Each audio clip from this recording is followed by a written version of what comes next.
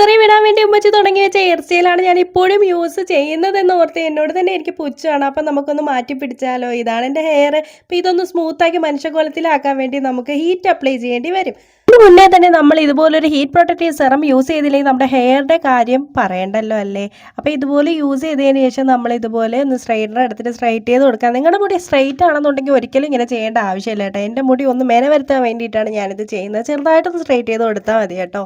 Straight ചെയ്തതിന് ശേഷം എൻ്റെ ഹെയർ ഇതുപോലെ ആയിട്ടുണ്ട്. ചെറുതായിട്ടൊന്ന് സ്മൂത്ത് ആയതേ ഉള്ളൂ. ഇതിന് ശേഷം നമുക്കൊന്ന് പോണിറ്റെയിൽ കെട്ടാം. അതിനായിട്ട് നടുക്കര ഇതുപോലെ ഒന്ന് വകുപ്പ് എടുത്തിട്ട് രണ്ട് സൈഡും മുടി ഫ്രണ്ടിലോട്ട് ഇട്ടിട്ട് ബാക്കി പോണിറ്റെയിലായിട്ട് വെക്കുന്നതാണ്. രണ്ട് സൈഡ് ഇതുപോലെ അങ്ങ് ഇടുക.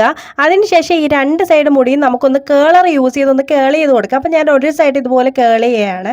അപ്പോൾ കേൾ ചെയ്ത് കഴിയുമ്പോൾ ഇതുപോലെ വരും. അപ്പോൾ നമ്മളൊന്ന് വലിച്ച് നീട്ടി കൊടുക്കുകയാണെങ്കിൽ ഒന്ന് നീണ്ടു വരും കേട്ടോ. അപ്പോൾ ഇതുപോലെ ആക്കും. അതേപോലെ തന്നെ രണ്ട് സൈഡും നമ്മൾ ആക്കണം. അപ്പോഴത്തെ സൈഡ് ഇതുപോലെ തന്നെ നമ്മളൊന്ന് കേളർ യൂസ് ചെയ്ത് കേൾ ചെയ്ത് കൊടുക്കണം.